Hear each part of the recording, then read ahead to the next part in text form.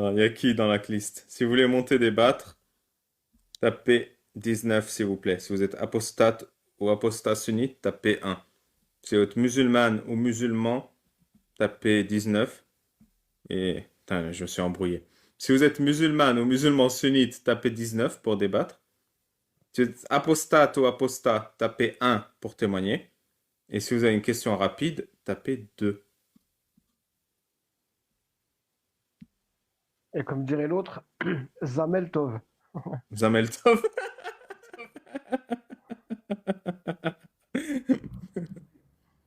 Voilà. Les débats, tapez 19. Les témoignages, tapez 1. Les questions rapides, tapez 2.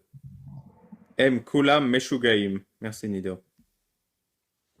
Bonsoir, Amaïs. Bonsoir à vous. Ça va? Bien. Ouais. Ah, parfait. Moi, j'étais monté rapidement pour te parler d'une anecdote que j'ai eue très tôt au primaire. Ouais.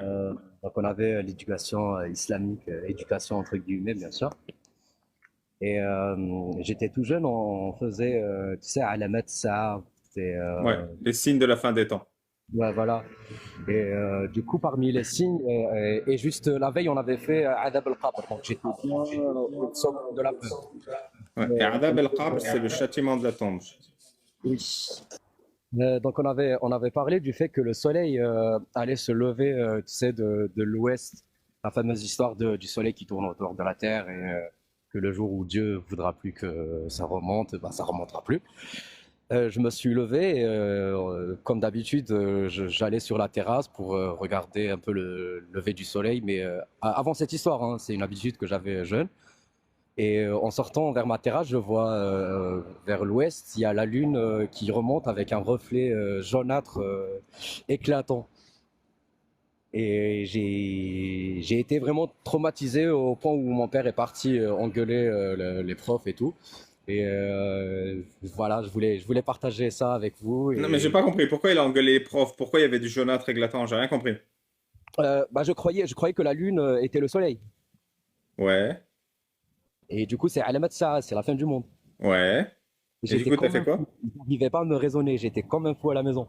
Ah, juste, tu leur cassais les couilles. Ok, j'ai cru que... Ah non, non, j'ai vraiment eu j'ai été traumatisé. Ils sont partis sur le coup. À l'instant même, en me déposant au primaire, ils sont partis voir les profs en Mais disant voilà. traumatisé comment? Genre, t'avais peur? T'arrivais pas à dormir? J'avais peur, je criais de toutes mes Hmm. forces en disant c'est la fin Hmm. du monde, on va tous mourir. Ok, je sais, je comprends, ouais. Et c'est Ouais. resté combien de temps? Combien de temps t'as paniqué? Très franchement, j'ai eu la chance que mon père ne soit pas musulman. Du coup, il m'a vite calmé, il m'a dit écoute pas ces conneries, c'est à l'école, ils te font dire n'importe quoi, ils te font croire n'importe quoi, je vais aller les voir. T'avais quel Et, âge? j'avais 8-9 ans. Hein. Ouais, c'est chaud.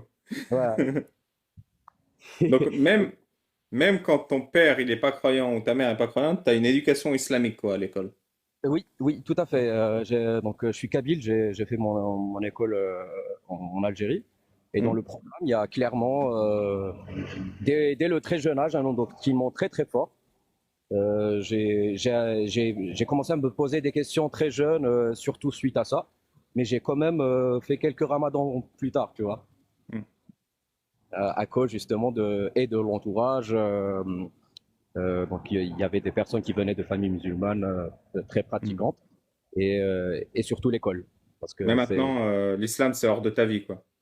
Ah oui, heureusement, fort heureusement. Enfin, T'es hors pour de ou ma contre la vie, circoncision? pas... ah, c'est horrible. C'est horrible. Je te suis depuis un bon petit moment et Rends le bout. je débat avec des musulmans. Je leur dis, comme dit Ali Baba, rendez-moi le bout et ensuite on va parler. Et ensuite, on parle, voilà. Tout le temps, parce que tu sais pourquoi j'ai sorti ce truc? En vrai, j'y pensais même pas. C'est parce que à chaque fois où je débat, on me dit, mais t'as quitté l'islam. C'est bon, vis ta vie. Oui, oui. C'est de là que c'est venu, rends le bout. Bah non, j'ai pas quitté l'islam, vous avez toujours mon bout, les gars. C'est ça, c'est ça. Et même franchement, dans la société en France, c'est de plus en plus, on va dire, islamisé, tu vois. Toi, par exemple, t'es à Roubaix, je vais pas t'apprendre ça. Je suis à Marseille, c'est un peu pareil. Il y a une forte islamisation. Et Ouais. pendant le Ramadan, avec ma gueule un peu maghrébine, on va dire, Ah, tu fais pas le ramadan, mais pas aussi gentiment, hein. C'est pour Ouais, respecter les gens sur le live que je le dis de cette façon. Donc il y a une ouais. pression même en France aujourd'hui. Et c'est pour ça que je vous remercie aussi, toi et toute l'équipe, pour cet énorme courage et tout le travail que vous faites. À ton service. Tu le fais toi aussi? Oui, dans mon entourage, je le fais pas sur les réseaux, pas encore, on va dire. Mais dans mon entourage, j'ai réussi quelques exploits grâce à tes vidéos à toi, à Fais Jack. la liste des exploits, j'écoute. Bah, j'ai apostasié quelques bon nombre de mes amis. C'est-à-dire combien ça?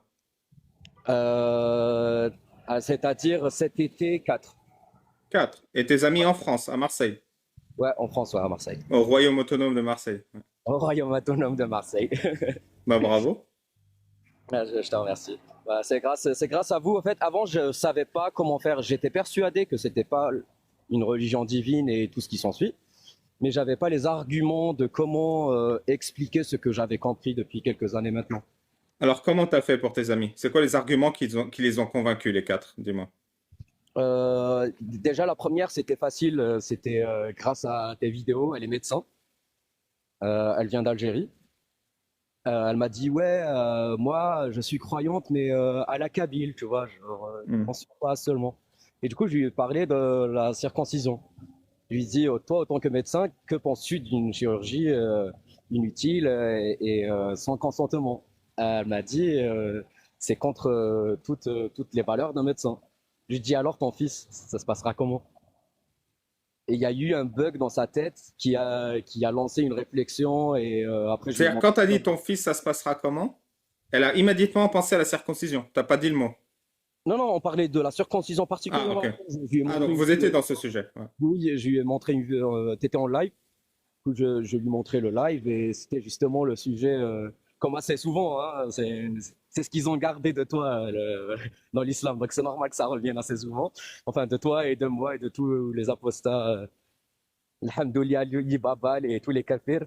Ah, ça fait plaisir. Ok, ça c'est ton ami médecin. Numéro 2, c'était quoi? Comment tu l'as convaincu? J'ai deux potes ingénieurs. C'était plus, ils étaient un peu coranistes, on va dire. Ils avaient commencé déjà le chemin. Et ils ont commencé à virer tous les hadiths qui leur plaisaient pas, en mode oui, il y a que le Coran qui est protégé, les hadiths ils ont été modifiés, tout ça. Et à ce moment-là, j'ai commencé à montrer les incohérences scientifiques. Yes, désolé, j'ai eu un bug. Du coup, les potes ingénieurs, je t'ai dit, ils ont commencé un peu le chemin parce qu'ils étaient coranistes. Et du fait, ils voulaient des preuves dans le Coran en lui-même. Et il y en a plein. Eux, ils croient vraiment à la science. Ils sont très, on va dire, ils regardent souvent des documentaires, tout ça. Ils sont vraiment captivés par toutes les découvertes scientifiques et tout ça. Et lorsque j'ai commencé à citer toutes les sourates où il y a des erreurs flagrantes qu'on qu'on ne peut pas nier, quoi que ce soit avec les tafsirs ou sans, parce qu'ils sont devenus coranistes, mais même en lisant rien que le Coran, on voit les erreurs scientifiques. Et du coup, c'est ce qui a permis, pareil, une, une période de réflexion, bien sûr, parce que c'est pas facile de s'en sortir avec des années d'endoctrinement, mais qui a été assez rapide, on va dire. Au bout d'une dizaine de jours, c'était plié. Et la dernière personne, c'est une pote à moi. Elle fait le ramadan, elle fait ses 5 prières, tout ça. Musulman, machallah, on va dire. Enfin, elle faisait.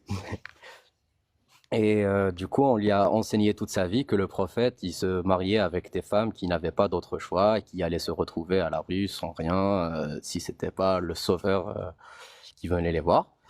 Donc, lorsque je lui ai montré toutes les preuves sur la pédophilie, les mioles et tout ça, et elle a juste cherché par rapport à tout ce que je lui ai montré que c'était véridique, que c'était dans le livre saint, dans les tafsirs et tout ça. Elle s'est dit ouais non ça je peux plus parce que là c'est une cause qu'elle défend déjà à travers le monde, à travers des associations tout ça par rapport tout ce qui est protection de l'enfance. Donc de voir que la pédocriminalité est légiférée halal à tous les niveaux et que le meilleur des hommes l'a fait lui aussi, quoi. C'était le plus gros d'entre eux, on va dire. Ah bah, ça fait plaisir de savoir que notre travail y sert. Merci. Ouais, franchement, je vous remercie. Vous faites un excellent travail. On a besoin de plus comme vous. Merci beaucoup. Merci à vous. Tu veux faire un cri d'animal avant de partir ou sans façon? Ouais, bah écoute, je vais faire mon animal préféré dans une assiette. Pourquoi tout le monde fait le cochon? Pour embêter ceux qui n'ont pas encore la chance de pouvoir en goûter. Comme moi. Oui, toi, c'est pas la chance, c'est l'envie. C'est différent. Là, t'as le choix. Bah, merci pour ta visite, Amaïs. Merci à vous, très bonne soirée et je vous suis d'en bas. Ciao, Ciao, ciao. ciao. Bonsoir, œuf de lynx.